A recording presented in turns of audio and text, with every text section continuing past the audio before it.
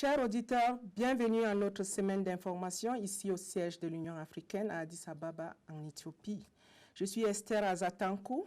Aujourd'hui, nous avons avec nous le commissaire paix et sécurité de l'Union africaine, son Excellence Smail Chergui, qui va nous informer sur quelques-unes des principales réalisations de son département, ainsi que nous éclairer sur les activités entreprises par l'Union africaine dans le domaine de paix et sécurité dans le continent. Excellence, bonjour. Bonjour. Excellence, quel est le mandat du commissaire de l'Union africaine pour la paix et la sécurité? Tout d'abord, j'aimerais vous remercier pour cette opportunité que vous me donnez aujourd'hui pour parler à vos auditeurs. J'aimerais dire que le commissaire paix et sécurité a la charge donc de prévenir, de gérer et de solutionner les crises et les conflits dans le continent en relation avec le Conseil de paix et sécurité de l'Union africaine. Et aussi en mettant en œuvre tous les instruments que prévoit l'architecture africaine de paix et sécurité, notamment le panel des sages pour la prévention, la force africaine en attente et sa capacité de déploiement rapide,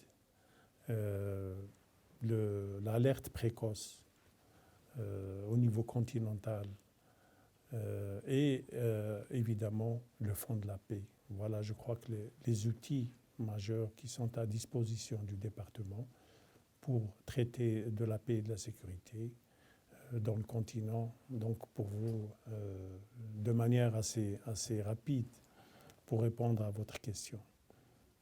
Alors, Excellence, pouvez-vous nous dire quelles sont les réalisations depuis votre élection que vous avez eu à entreprendre? Vous savez, il faut toujours rester humble dans ce qu'on fait parce que s'il y a réalisation, c'est toujours le mérite et l'honneur revient toujours à ceux qui payent l'ultime prix, le prix de leur vie pour la paix et la sécurité de notre continent. Et je crois qu'en Afrique, nos soldats de la paix, vraiment, font preuve de bravoure et réellement, avec le niveau de soldats que nous avons payés pour la paix et la sécurité dans le continent, je pense que nous devons tous, en tant qu'Africains, être fiers d'eux, fiers de ces femmes et de ces hommes qui, au quotidien, font face à la mort avec détermination et avec honneur. S'agissant, depuis mon arrivée à ce département, il me semble que la plus grande réalisation pour notre continent, c'est réellement la tenue de cet exercice Amani 2 Africa, qui s'est tenu en Afrique du Sud à l'invitation de la SADC, mais avec la contribution de toutes les régions de notre continent. Et cet exercice a réuni 6 000 hommes, avec donc tous les moyens et les équipements requis. Et je dois souligner que nous avons nous-mêmes assuré le transport aérien stratégique. Ce sont les pays africains qui l'ont assuré. À 48 heures de l'exercice, nous avons pu mobiliser l'Angola, l'Algérie, le Nigeria, et nous l'avons fait à temps. Donc je suis fier de cet exercice. Et cela nous permettra réellement de faire un rapport à nos chefs d'État pour dire voilà l'état de notre force africaine en attente. Et quand nous atteindrons sa capacité entière, cela sera un élément extrêmement important pour l'action que nous menons pour prévenir et arrêter les crises dans notre continent. Lié à cet exercice et donc à l'APSA, c'est également le fait que j'ai poussé pour la matérialisation de la base logistique continentale au Cameroun. Et ici, je voudrais renouveler mes remerciements au gouvernement du Cameroun pour l'aide précieuse qu'il nous a apportée et son engagement pour que cette base logistique soit une réalité. J'espère que d'ici septembre prochain, cet important élément de notre dispositif sera prête.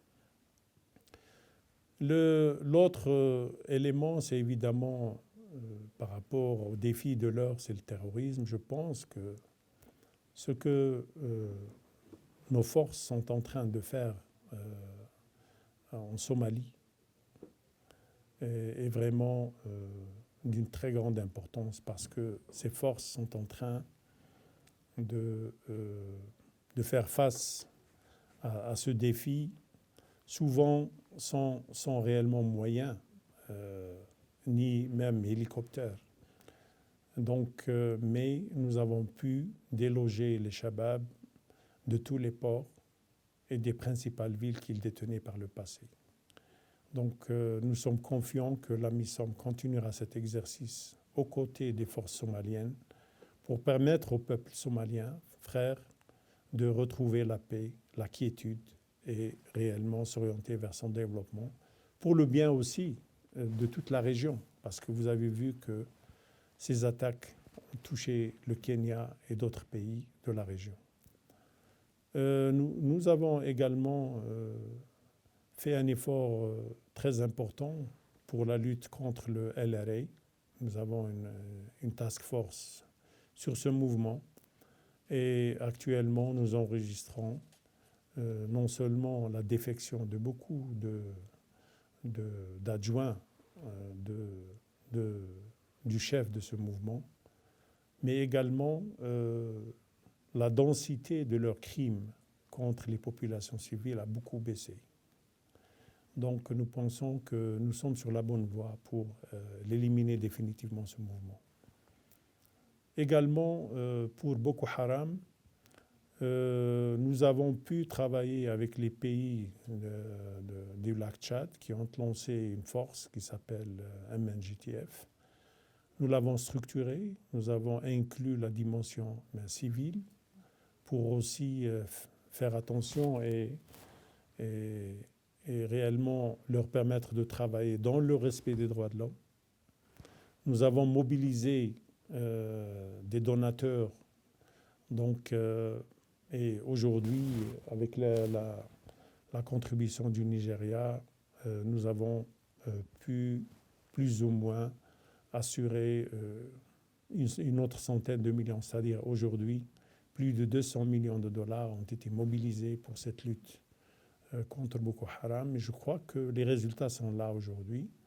Ce mouvement terroriste n'occupe plus de villes ou de régions au Nigeria.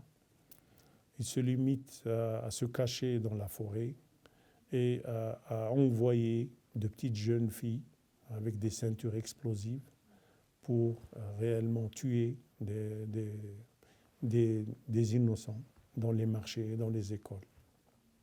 Donc ça, je crois que c'est une avancée aussi remarquable qu'il faudra noter. Au Nord Mali également, nous sommes préoccupés par la donnée terroriste et criminelle.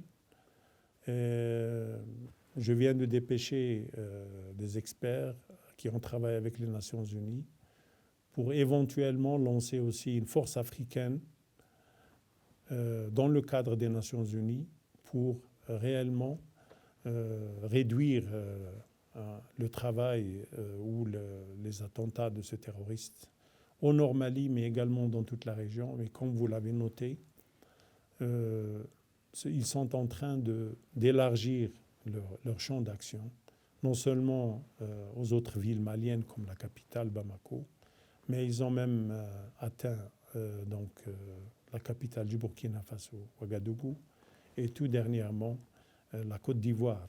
Je pense que au moment où je vous parle, vous savez bien que le Ghana et d'autres pays sont en alerte. Donc nous ne pouvons pas tolérer une telle situation. Il faut absolument que nous trouvions une solution. Et comme vous le savez, le mandat des Nations Unies ne permet pas d'imposer la paix, d'aller faire cette lutte antiterroriste.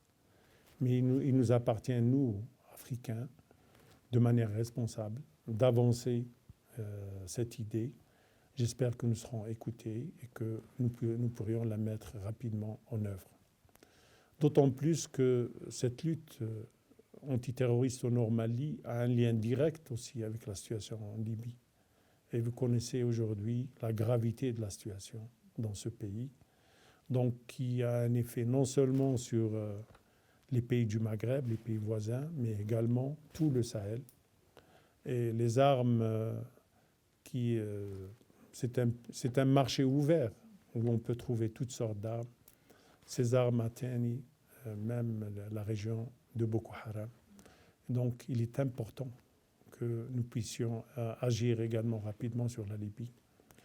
Donc au-delà de la lutte elle-même sur le terrain, nous faisons aussi un travail de capacity building, donc de renforcement des capacités des États membres, à travers d'abord notre centre de lutte, d'études et de lutte contre le terrorisme basé à Alger. C'est un centre de l'Union africaine où tous les pays africains ont des points focaux, donc en matière de formation, en matière d'entraînement, en matière aussi d'équipement quelquefois, et également à travers le lancement de 2 bases d'action, qui est le processus de Nouakchott, qui comprend tous les pays du Sahel, et au cours duquel déjà 8 réunions ont été organisées des chefs des renseignements pour coordonner leur activité, pour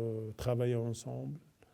Et nous avons pu assurer un mécanisme de communication sécurisé qui leur permet de travailler quotidiennement entre eux. J'ai également lancé ce qu'on appelle le processus de Djibouti, qui concerne les pays d'Afrique de l'Est, les pays de l'IGAD et de l'East African Community. Nous avons déjà tenu 3 réunions et la prochaine réunion, et c'est symbolique, nous allons la tenir en Somalie même. Donc voilà pour un peu la lutte antiterroriste. Mais j'ai été également directement impliqué et engagé pour suivre cette situation de crise et faire en sorte que l'après-crise soit bien gérée. Donc j'ai présidé les groupes de contact sur Madagascar, sur la Côte d'Ivoire, sur le Burkina Faso, sur le Centrafrique, entre autres. Et donc cela nous a permis non seulement d'accompagner ces pays pour le retour à l'ordre constitutionnel, mais également de travailler avec la communauté internationale dans son ensemble pour remettre sur rail, si je puis dire, toutes les institutions de ces pays pour que réellement ils reprennent une fonctionnalité normale. Je crois que ceci a eu un impact et des résultats positifs, comme vous le voyez aujourd'hui. J'ai aussi lancé le groupe de contact, international de contact sur la Libye, pour permettre à toute la communauté internationale, avec l'Union africaine, de parler le même langage et de travailler à l'unisson dans le même sens pour hâter une solution pacifique à la crise en Libye et également permettre à ce pays de retrouver son fonctionnement normal et de permettre aux Libyens d'aller normalement à l'école et d'aller se soigner normalement. Voilà des gestes qui nous semblent à nous tous anodins, mais dans ces situations de crise, je sais combien ces populations souffrent pour même accomplir ces gestes élémentaires. Donc voilà un peu quelques situations sur lesquelles nous avons agi. Mais ce qui me fait le plus plaisir à souligner, c'est donc dans le cadre de l'opérationnalisation de cette APSA et le travail que fait le Conseil de paix et sécurité et tous nos États membres, c'est le respect de plus en plus grand dont nous bénéficions au niveau international et avec tous nos partenaires. Je crois que cela revient, comme je vous l'ai dit tout à l'heure, d'abord à nos femmes et hommes sur le terrain et les grands sacrifices qu'ils font, mais également à cette détermination de l'Union africaine d'aller au-devant de ces crises, combien même nous n'avons pas les moyens nécessaires, et parce que nous sommes conscients que les Nations Unies ne pourront pas intervenir dans des situations où il n'y a pas de paix à garder.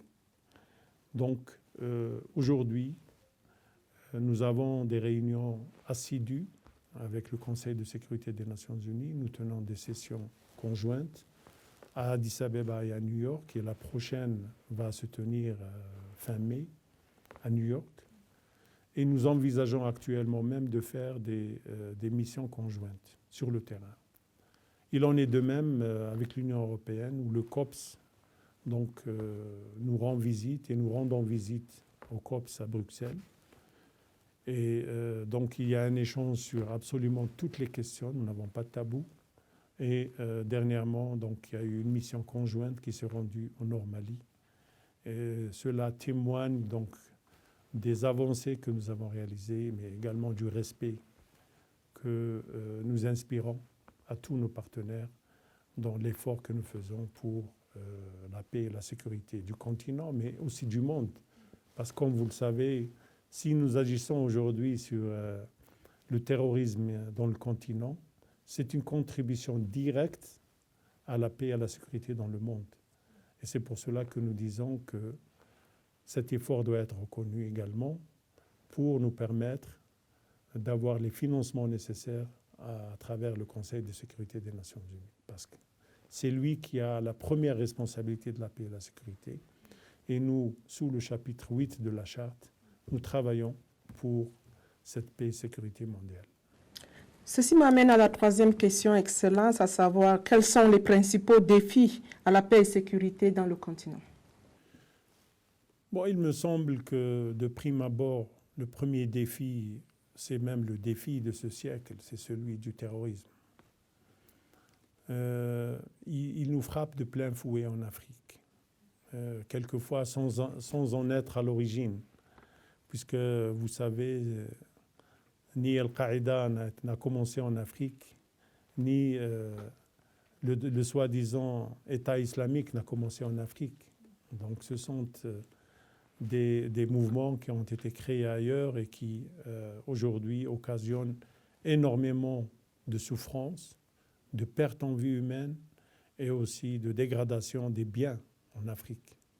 Le prix et le coût de ces effets est très élevé. Néanmoins, comme je vous l'ai expliqué, l'Afrique a pris le devant de réellement lutter contre ce phénomène partout dans le continent. Et ce qui importe, c'est que notre lutte et le combat que nous menons soient mieux compris, mieux soutenus. Parce que, comme je le disais tout à l'heure, c'est un phénomène mondial et il faut une réponse globale aussi. Donc ça, c'est le premier défi. Je pense que nous y travaillons avec une très grande détermination et nous mettons le peu de moyens dont nous disposons pour donc l'enrayer de notre continent. Et je vous le disais tout à l'heure, la guerre au Yémen ne nous ramène pas que des réfugiés en Afrique, elle nous ramène aussi des terroristes d'Al-Qaïda qui ajoutent déjà à nos problèmes, en particulier en Somalie. Donc ce message doit être entendu par tous nos partenaires et la communauté internationale, que l'Afrique fait l'essence de ce qu'elle doit faire par rapport à ce phénomène, mais que elle doit être soutenue et soutenue de manière décisive. L'autre défi que nous avons au continent, c'est comment justement prévenir ces conflits. Et je crois que nous avons décidé ici au niveau de l'Union africaine de donner vraiment un intérêt primordial et prioritaire à la prévention. non seulement en renforçant notre alerte précoce, mais également en faisant en sorte que toutes les politiques adoptées par l'Assemblée des chefs d'État en matière de gouvernance politique, de gouvernance économique et sociale soient mises en œuvre. Mais je voudrais surtout m'arrêter à la gouvernance politique parce que si on parle prévention, il faut réellement qu'on s'adresse aux causes profondes de ces crises qui sont souvent liées soit au non-respect des droits de l'homme, soit au fait que certains citoyens d'un continent ou d'une région ne sont pas traités de la même manière que le reste de la population. C'est-à-dire qu'il y ait un développement qui n'est pas inclusif, donc qui sont mis à la marge. Et par-dessus tout, je pense que c'est la distribution des biens du pays dans un même, parmi tous les citoyens.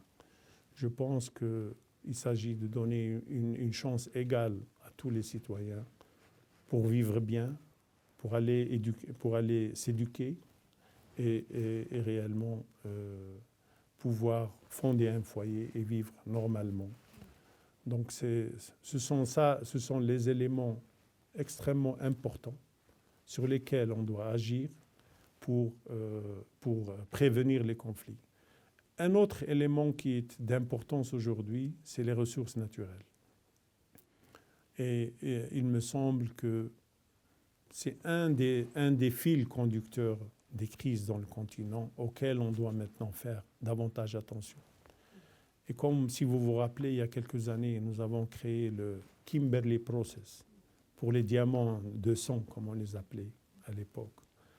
Je crois qu'aujourd'hui, il nous faudra créer une institution semblable pour toutes les ressources naturelles du continent, afin que nous nous assurons qu'elles servent d'abord le développement et le bien-être de nos peuples, et pas le contraire, qu'elles ne soient pas utilisées pour nous déstabiliser et pour encore financer les crises dans notre continent. Je crois que ça, c'est un élément extrêmement important sur lequel nous devons travailler maintenant. Par-dessus tout, évidemment, si nous voulons réellement agir sur la paix et la sécurité en Afrique, nous devons donner un rôle plus important aux femmes dans nos sociétés. Parce que les femmes, ce sont nos mères, ce sont nos épouses, ce sont nos filles. Et je peux vous assurer qu'elles ont le feeling que nous n'avons pas, nous les hommes, pour réellement nous éviter des crises et pour nous aider aussi à les solutionner. Donc sans l'implication plus grande des femmes dans les crises et les conflits, nous n'arriverons pas certainement à des solutions durables à ces conflits. Donc ça, c'est un défi que nous devons relever. Je crois que l'Afrique a fait une avancée remarquable en matière de présence de femmes dans les institutions élues, mais ce n'est pas encore suffisant. Je crois qu'il faut qu'on fasse davantage. Mais je voudrais aussi saisir cette occasion pour dire qu'il n'est plus acceptable qu'aucune violence, quelle qu'elle soit orchestrée contre les femmes dans le continent. A fortiori, ces violences sexuelles, surtout par ceux-là même qui sont supposés protéger ces populations fragiles. Je crois que c'est le summum du crime. Et je crois que ces gens-là, je crois que si on devait utiliser la Cour criminelle internationale, doivent être les premiers à être envoyés là-bas. Donc ça, c'est une recommandation que je veux faire à travers votre organe aujourd'hui de médias pour dire cette Cour pénale internationale doit maintenant être directement saisie. Dès que ces gens-là sont identifiés, ils doivent être directement envoyés à cette cour criminelle, pénale internationale pour être jugés. Je crois parce que ce genre de crime est intolérable, est insoutenable. Et il faudra réellement l'arrêter. Je ne sais pas si j'ai répondu à votre question. Très intéressant, Excellence. Nous allons maintenant peut-être que vous nous parlez un peu à propos de l'agenda 2063. L'un des projets phares dans le cadre du plan d'action des 10 ans de mise en œuvre de l'agenda 2063 est de taire les fusils d'ici 2020. Pouvez-vous nous éclairer davantage à ce sujet, Excellence? Je crois que c'est un objectif tracé par nos chefs d'État. Et nous ne sommes pas loin de 2020. Donc nous mesurons un peu le défi que nous devons relever d'ici là. Mais il s'agit davantage d'un appel du cœur de nos chefs d'État pour tous les Africains. Parce que taire les armes, je crois que c'est le travail de tout un chacun et au quotidien.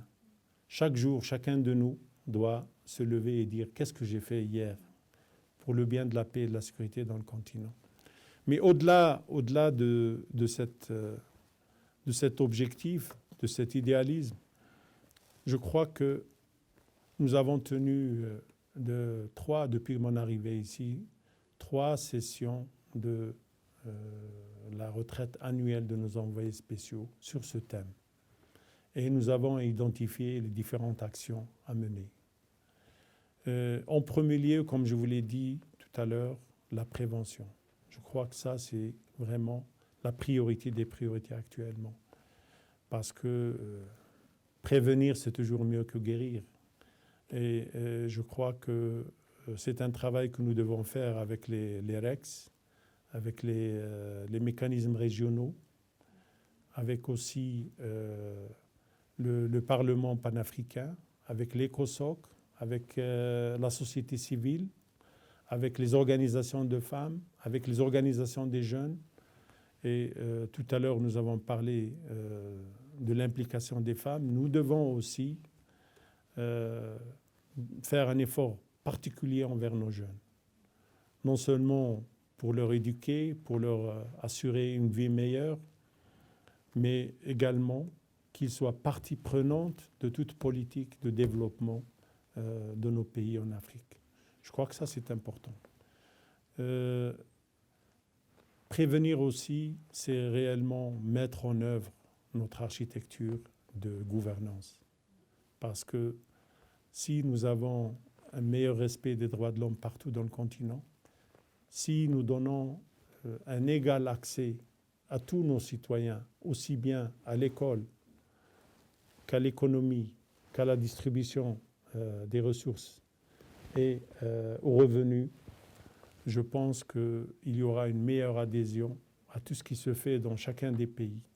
Et donc nous concourons à créer une harmonie et une symbiose dans toutes nos sociétés qui va nous permettre de canaliser toute notre énergie vers la paix, vers le développement et vers la sécurité.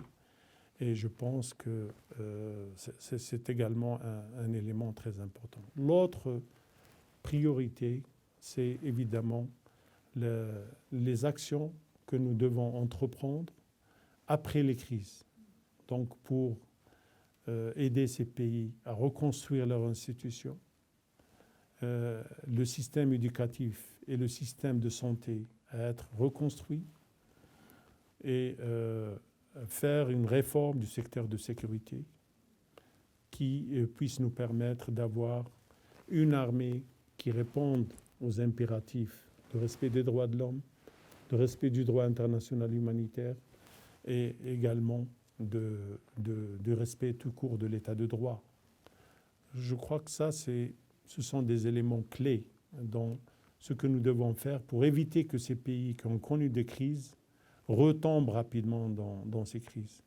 Et là, en tant qu'Africains, entre nous, il faudra qu'on réalise qu'en définitive, il y a un certain sentiment de fatigue de nos partenaires. Et cela m'amène au dernier point qui est important, c'est le fait de réellement s'assurer que nous mettons les moyens qu'il faut pour réaliser nos objectifs. Et en matière de paix et de sécurité, je crois que c'est extrêmement important de ne pas continuer à dépendre de nos partenaires pour financer nos activités. Et je voudrais donc saisir cette occasion pour réitérer mes remerciements au président Kaburuka, qui a accepté d'être notre envoyé spécial sur le Fonds de la paix, qui devra donc nous faire un rapport qui constituera un plan d'action sur 5 ans pour mobiliser les 25% pour nos actions de paix en Afrique. M. Kabiruka, à la demande de la présidente de la Commission, a également accepté de réfléchir sur les moyens techniques de mettre en œuvre les recommandations du rapport du président Obasanjo sur le financement de toutes nos activités. Je crois qu'il s'agit là d'un objectif prioritaire et j'espère que notre prochain sommet à Kigali, en juillet prochain, pourra réellement donc prendre des décisions adéquates par rapport à ces questions pour nous permettre non seulement de demander aux Nations Unies de nous fournir les 75% restantes par rapport à cette proposition qui a été faite par le président Obama sur les contributions volontaires des États membres des Nations Unies, mais également pour nous permettre ici dans le continent de financer la totalité de nos activités et à la fois pour le budget normal de l'Union, mais également pour nos autres activités et nos programmes de développement. Je crois que c'est de mon point de vue les priorités du moment. Excellence, si je vous demandais par exemple, êtes-vous optimiste ou pessimiste sur la situation de la sécurité de l'Afrique dans les années à venir? À travers tout ce que je vous ai dit par le passé, vous avez noté l'action résolue et la détermination de l'Union africaine et des États membres pour réellement traiter de toutes les situations de crise et de conflit dans le continent, parfois même sans tous les moyens. Mais je crois que ce n'est pas la première fois que nous le faisons. Nous l'avons fait par le passé, en Sierra Leone, au Libéria. Et je crois que nous avons maintenant acquis une certaine expérience qui nous permettra de continuer de l'avant. Si nous réalisons ces financements de nos activités, je pense que nous n'aurons plus à faire appel à d'anciennes forces coloniales pour venir nous aider. Je crois qu'avec la force africaine en attente, nous pourrons répondre réellement à toute situation de crise. Il me semble que aussi ce que nous faisons actuellement sur le terrorisme, les acquis que nous avons réalisés en matière de capacité, de formation, de génération de force, nous permettent d'être plutôt optimistes parce qu'aujourd'hui, les conflits, je vous l'indiquais tout à l'heure, ce sont davantage les accidents de la route qui tuent plus d'Africains que les conflits eux-mêmes. Donc, il s'agira seulement maintenant de recadrer les choses, de mettre en œuvre notre architecture de paix et de sécurité. Donc, je pense que nous ne pouvons qu'être optimistes.